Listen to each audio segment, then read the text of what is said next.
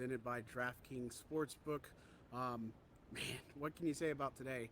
Taysom Hill running wild, throwing for a touchdown pass, and then running it to fumble recovery. I mean, this guy just exploded today. And it was a huge reason why the Saints ended up winning 39-32 over the Seahawks. A much needed win. This team, instead of going to 1-4, 2-3, starting to build off a little bit of this type of momentum is a good thing. Obviously, that wasn't a perfect product. There are some things that are very concerning. The big plays given up, Dennis Allen talking about 6 plays, and those are big plays, right? You got the bombs to DK Metcalf and Tyler Lockett, the Kenneth Walker run, turning the balls over again. Alvin Kamara putting it on the ground as well as Andy Dalton throwing a pick. So those aren't ideal, but a win's a win, and this is a time for this team to use that as a building block to next week, which is going to be a huge game. Got the Bengals, but look, I mean, when you look at this again, Taysom Hill, big star, over 100 yards on the ground. Alvin Kamara also had 100 yards on the ground. It's the first time that we've seen the Saints have back-to-back or 2 100-yard rushers in the same game since 2017 against Buffalo. That was a crazy game in itself, but what a great way to win this game, just on the ground and pound, if you will. They had extra jumbo sets where they bring in guys like Landon Young and Lewis Kidd. I think the offensive line did a great job in the run protection. And that's what works, right? And then Seattle's defense was a little bit suspect coming into this. Again, one of the bottom type of defenses in the league, and that was what you were hoping for, is to exploit some of this. But look, I'll tell you what, Geno Smith, we talked about him a little bit here on our pregame show and just overall during the week and such. And this is a guy that the Saints couldn't sleep on. He was pretty frustrating in times, just trying to get after him. He was doing a good job extending the play, just being able to do everything necessary to keep the Seahawks in it. And look, for New Orleans, some of the attention now focuses on the injury aspect. So you lost Chris Olave to a concussion. That was a great hookup from him to Andy Dalton. Great challenge by Dennis Allen. They said they saw the replay. It came down from their guys and saying, look, he had 3 feet, which is a football move, and that's why they challenged that particular play. Officials tend to get that one right, so that was a good look inside the Superdome. But Olave, obviously, on the play was lost due to concussion. Dennis Allen said afterwards that he was in good spirits, but didn't have any particular update on him.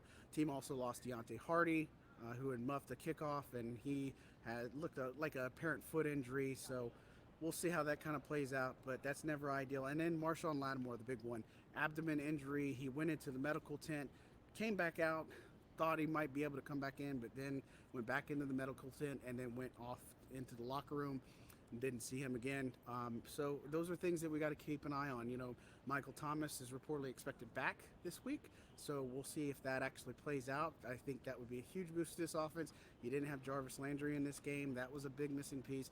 Marcus May wasn't in this game too, so hopefully this is the week where the Saints just can't keep getting hurt, because you're down to guys like Keith Kirk, who you just picked up from the practice squad. Same thing with Chris Harris Jr., and they both had to have a pretty good bit of snaps in this game. So either way, you'll take it because it's a win. Superdome was pretty rocking today. Attendance a little bit lower than I expected in some of this, but I expect that to kind of bounce back because you got Joe Burrow and company coming into town, Jamar Chase.